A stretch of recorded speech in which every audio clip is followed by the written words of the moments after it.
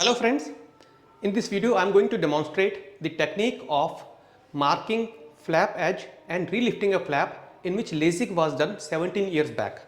Generally surgeons think that it is difficult to lift the flap if LASIK has been done long time back. But contrary to this, it is actually very simple.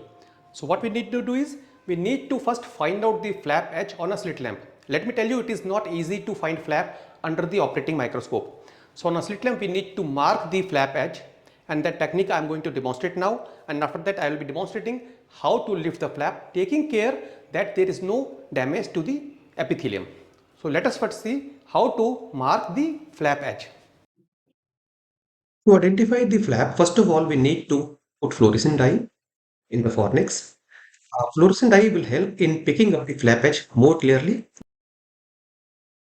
Though some flaps are easily visible on slit lamp, especially flaps made with femto laser or keraton flaps if there is scarring on the edge of flap. But modern flaps with modern keratons are not so easily visible on the slit lamp. So putting fluorescent dye helps in demarcating the flap edge. As you can see here, there is an area of pooling of fluorescent along with negative staining which is visible in a circumferential pattern, and you can see I am putting mark just peripheral to this flap edge.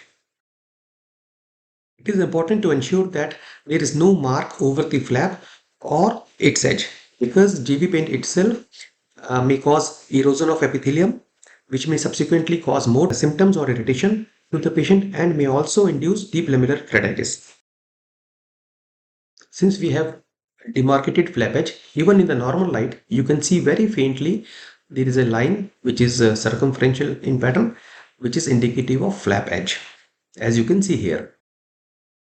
Now let us move to operation theater and let us see how to lift this flap. So you can see here the GV pin mark is visible, and I am pushing the spatula just anterior to the GV pin mark and just pressing the cornea and going ahead.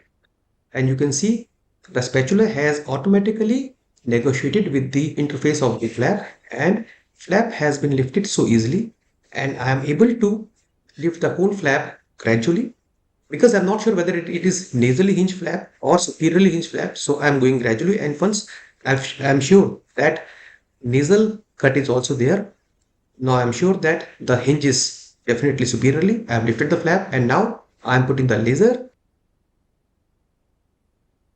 You can see laser is going on, and after laser is over, I am doing routine wash of the bed, and after washing the bed, we have to put the flap as we do in routine LASIK, and there is no special intervention required. I am just drying the flap with Merocell sponges, ensuring that flap edges are well opposed. Friends, you can notice here that there is no epithelial defect or any even micro erosions of the epithelium even at the flap edges, which generally happens if we try to lift the flap haphazardly. Thank you friends for watching this video.